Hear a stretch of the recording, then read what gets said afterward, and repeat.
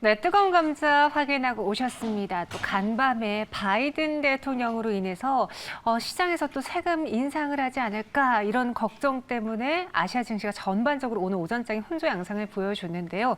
우리 증시는 다행히 그래도 개인과 기관의 순매수 속에 코스피가 빨간물을 유지하고 있습니다. 앞으로가 중요하겠죠. 과연 3개월 만에 전고점을 탈환했는데 여기서 또 쉬어갈까 아니면 더 갈 수 있을까? 지금 우리 증시를 어떻게 보고 있는지 이번에 센터장에게 들어보도록 하겠습니다. SK증권 최석원 리서치센터장과 함께할게요. 어서 오세요.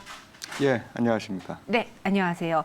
또 마침 시장이 조금 3개월 전에 고점을 탈환하려고 하다가 다시 쉬어가고 있는데 네. 지금 이 지수 상황에 대해서 우리 증시 상황에 대해서 일단 센터장님은 어떤 의견이신지 궁금하네요. 네.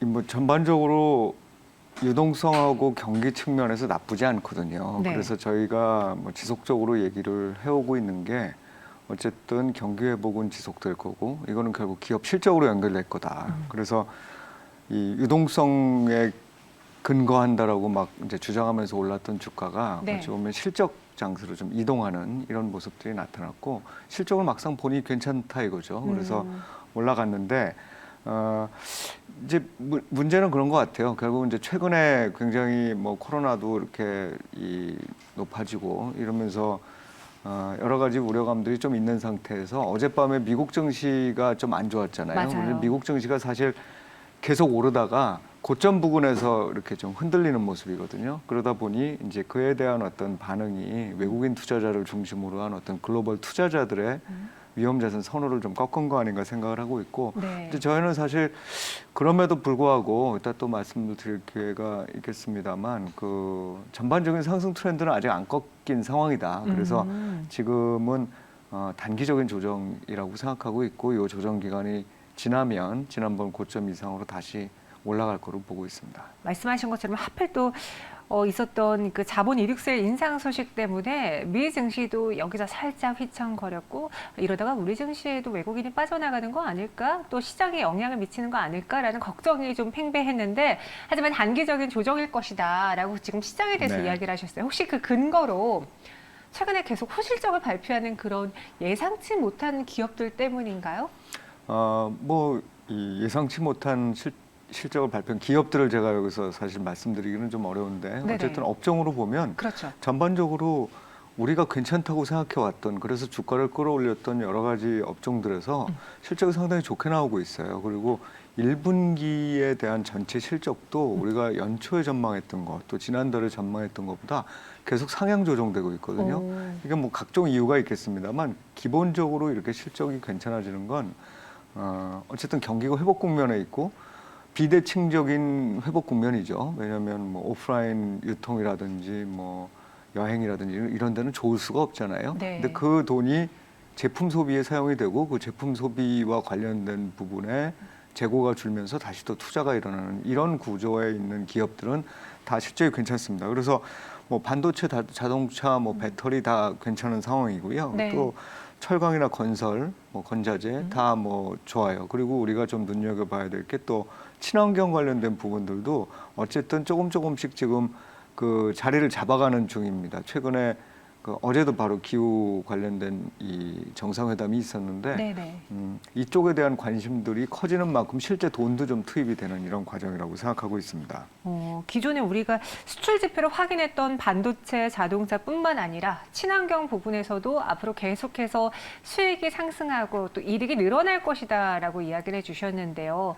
네, 이렇게 실적이 점점 좋아지고 우리보다 예상보다 더 잘 나오면서 투자자들의 심리가 회복되고 있는데 네. 외국인이 또 돌아오려다가 안 돌아오는 것 같고 기관을 또 왜 이렇게 안 오는지 모르겠어요. 이 수급 주체들의 동향에 대해서는 어떻게 보세요? 네, 일단 외국인들의 경우는 외국인들이 주식을 살 거냐 안 살 거냐의 가장 큰 기준은 투자자들이 안전자산 선호냐 아니면 위험자산 선호냐 이쪽에 어떤 쪽에 맞추고 있느냐의 문제인데 네. 사실 최근에 위험자산 선호 현상이 조금 커지고 있는 상황이었어요.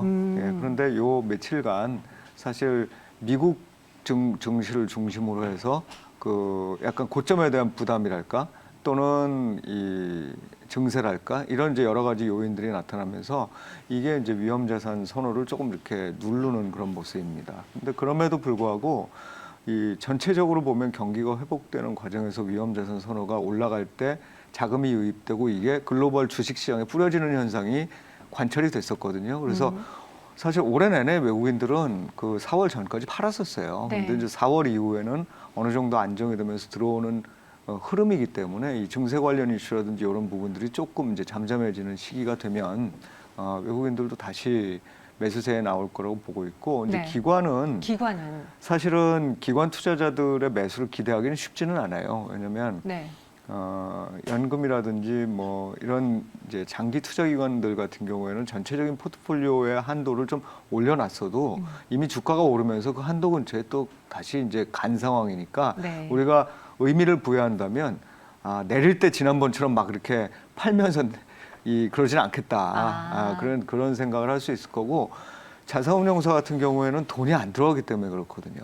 지금 우리는 개인 투자자들이 직접 하시지 자산운용사에다 돈 맡겨가지고 투자하시는 분들이 많지 줄었죠. 않다는 네. 거예요. 그래서 이제 기관 쪽에 이 어떤 기대는 우리가 수급에 대한 기대는 아주 적극적이고 강하게 팔지 않는 정도만이더라도 이건 도움이 될 거다라고 보고 있고 네네. 최근에 개인 쪽으로는 자금이 다시 또 유입되고 있기 때문에 네네. 전체적인 수급 상황이 그렇게 나빠 보이지 않습니다. 그러네요. 또 개인 투자자분들이 요즘 네. 직접 투자를 하는 그런 추세다 보니까 기관에서의 순매수도 줄어들었고 이들이 매수하길 기다리기보다는 막 팔면서 지수를 끌어내리지는 않을 것이다. 이런 네. 부분에서 우리가 앞으로의 수급 방향을 예측해 볼 수 있을 것 같습니다. 그럼 여기에 더불어서 실적이 좋아졌다라는 건 경기가 다시 재정상화되고 있다라는 거잖아요. 네. 그럼 분명히 연준이든 어디서든 금리 인상에 대해서 하겠다는 아니지만 해야 되지 않을까? 금리 인상 속도를 조금 빨라지지 않을까라는 뉴스가 또 쏟아질 거랍니다. 네네. 그렇게 되면 또 증시에 타격을 주지 않을까요? 네, 어느 순간이 가면 당연히 이제 그런 상황인데 네. 상황이 될 텐데 사실 이 이해를 우리가 이렇게 해야 돼요. 그러니까 금리하고 주가는 반대로 움직이는 그 변수가 아니에요. 어떻게 보면 시장의 자산 가격의 두 대표이고 네. 이거를 근본적으로 결정하는 요소는 경기라는 거예요. 그러니까 경기가 좋아지게 되면 금리도 오르고 주가도 오르는 거예요. 그런데 어느 순간에 돼서 우리 경제학에서 보면 가격 조정 시스템이라는 게 있죠. 가격이 오르면 그에 따른 조정이 물량에서 나타나는 거죠. 뭔가 비싸지면 안 사는 사람이 늘어나는 거잖아요. 네. 그런 것처럼 금리라는 게 이제 결국 올라서 전반적인 경기를 이렇게 쿨다운 시켜야 될 만한 상황이 되면 당연히 그런 현상이 말씀하셨던 금리가 오르면서 부담이 되는 현상이 나타날 거예요. 그런데 그 전에는 금리가 오르면서 주가가 오르는 현상이 나타날 가능성이 일단 좀 높고 아마도 제가 보기에 증시가 조정이 되고 나쁜 흐름을 보이는 이제 저희의 전망과 달리 나타난다면 그때는 아마 그 주가도 떨어지고 금리도 떨어질 겁니다. 그러니까 결국은 우리가 자꾸 이제 금리에 대해서 얘기하는 건 예기치 못한 물가 상승이나 뭐 이런 것 때문에 어쩔 수 없이 연준이 뭐 또는 한국은행이 금리를 올려야 된다라는 그런 상황으로 몰려가는 거 아니야? 이제 이런 우려거든요. 네. 근데 이런 우려는 사실 최근에 시장 금리라든지 또는 물가 상황을 보면 다소 우려스러운 부분은 있습니다만 아직은 때가 아닌 것 같고 특히 이 각국 중앙은행들은 지금 양극화를 해소해야 돼요. 네. 좋은 데는 좋지만 나쁜 데는 나쁜데 이 상황에서 그 정책을 뺄 수 있는 상황은 아니기 때문에 금리가 영향을 미치는 시기는 좀 더 이제 제가 보기엔 올해 연말 뭐 이 정도로 늦춰져 있는 것 같아요. 그래서 이 물가 지표도 지속적인 모니터링이 필요하지만 이게 금리를 무조건 올린다고 주가가 떨어질 겁니다. 이렇게 반대의 상황으로만 생각하시지는 않아도 될 것 같습니다. 근데 개인 투자자들이 사실 제일 싫어하는 거 뭐 금리 인상, 뭐 한한령 그리고 미중 무역 분쟁 다 무서워하긴 한데 네. 공매도를 그렇게 싫어하세요. 저희도 네네. 방송에서 공매도 언급할 때 이렇게 유튜브 채팅방 이야기 보면은 개인 투자자분들이 정말 제일 싫어하시는 게 이 공매도의 부활인 것 같은데 네네. 일단은 5월에 재개가 되잖아요. 특히 또 대형주들 위주로 시작이 된다 하니 우리 개인 투자자들은 그러면은 좀 이럴 때 어떻게 전략을 세우는 게 좋을까요? 일단 최근에 조정에도 그런 것들이 좀 묻어 있을 거라고는 생각을 합니다. 그러니까 공매도를 우리 굉장히 오랜만에 재개하는 거잖아요. 정말 오랜만이죠. 예, 네. 주요국들은 이제 다 공매도를 일단 이제 되돌린 상황이고 다시 시작한 상황이고 우리는 그게 오랜 기간 동안 안 하고 있었으니까 다들 좀 겁도 날 거고 그 와중에 주가도 올라 있기 때문에 겁이 날 거예요. 그런데 당연히 일부 당연히. 고평가된 종목이라든지 또는 뭐 저희는 이제 주로 보는 지표 중에 하나가 CB라고 그러죠. 전환사채 발행 물량. 이제 CB가 많다는 얘기는 사실상 이게 이제 좀 어찌 보면은 자금을 조달하기가 그렇게 만만치 않았던 기업들이라는 얘기거든요. 네. 이제 이런 데들의 좀 이 단기적인 주가의 충격은 있을 것 같아요. 그런데 12 물량이 많은 곳에. 그렇습니다. 네네. 그러니까 이제 공매도라는 게 그런 식으로 단기 충격은 줄 것 같은데 뭐 글로벌 증시 다 보시면 아시겠지만 공매도가 재개됐다고 해가지고 증시가 추세적인 하락을 하는 게 아니잖아요. 그러니까 이거는 비싼 종목에 대한 어떤 그 문제인 거고 공매도가 오르냐 아니냐 이 문제는 제가 보기엔 이제 제가 말씀드릴 만한 내용은 아니지만 어쨌든 기본적으로는 공매도라는 게 글로벌리 다 하고 있기 때문에 하는 건 맞는데 네. 정말 개인 투자자들이 원하는 만큼의 공정성이 뒷받침이 돼야 될 거다 이렇게 그렇죠. 봐야죠. 맞아요. 네. 그 공정성 있는 부분에서 개선을 하겠다라고 했는데 과연 개선이 됐는지도 우리 개인 투자자분들은 계속 체크를 하실 테고요.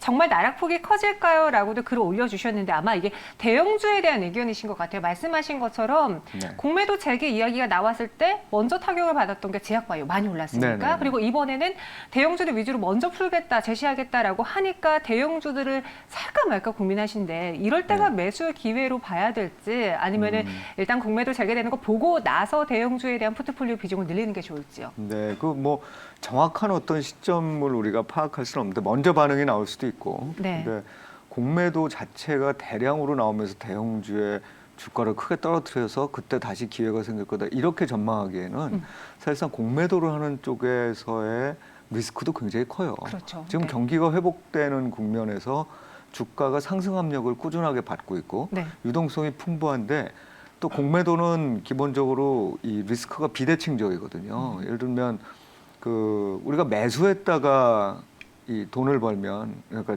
이 주가가 떨어지면 뭐 100원짜리 사서 영원이 되면 100원을 잃는 거지만 100원짜리를 공매도 쳤다가 이게 1000원이 돼 버리면 이게 900만큼이 내 손해가 되는 거거든요. 그러니까 맞아요. 약간 이 비대칭적인 부분들을 굉장히 리스키하다고 생각하기 때문에 지난번 우리 게임스탑 때도 봤었죠.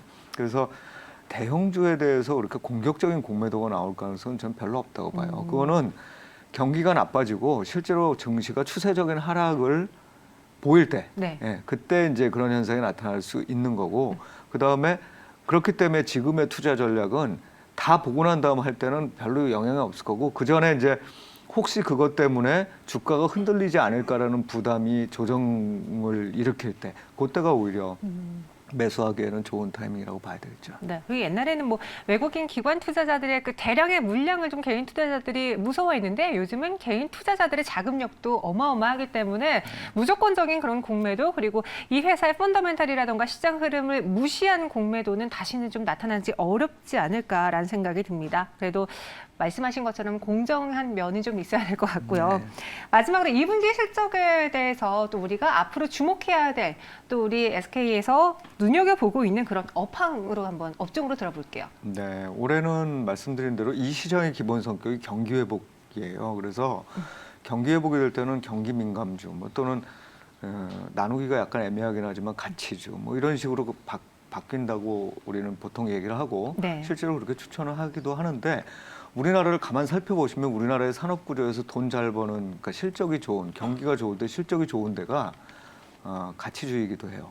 그러니까 이 성장주의이기도 해요. 그러니까 네. 성장주와 가치주의 성격을 모두 다 갖고 있다는 거예요. 맞아요. 그래서 저희가 처음에 이제 올해를 들어서면서도 이런 성격의 장에서 좋은 게 뭐 그냥 우리 뭐 유통 뭐 이렇게 온라인 유통 이런 것들 좋다 뭐 다 얘기할 수 있지만 사실은 우리나라는 성장주의면서 가치주적인 성격을 갖는 아주 대표적인 업종들이 있다는 거죠.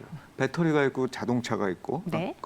이 인터넷이 있고 또 이 반도체도 반도체가 있고 뭐 이런 부분들은 제가 보기에 계속해서 실적이 좋아집니다. 다만 우리가 조금 주의를 해야 될 거는 경기가 회복되는 모습이 이제 백신 다 맞고 다들 면역이 돼서 여행 다니기 시작하시면 아마 사람들이 물건 안 사시고 그때는 여행 엄청 다니실 거예요. 그렇네요. 네. 예, 그래서 그때는 이제 그 반작용을 조금 생각할 필요가 있고 포트폴리오도 그거에 맞춰서 바꿔야 되면 바꾸는 게 좋겠죠. 그런데 지금으로서는 막 이제 확산이 다시 빨라지니까 그 시기는 약간 좀 늦춰지고 있는 것 같아요. 그래서 여전히 수출이 잘 되고 네.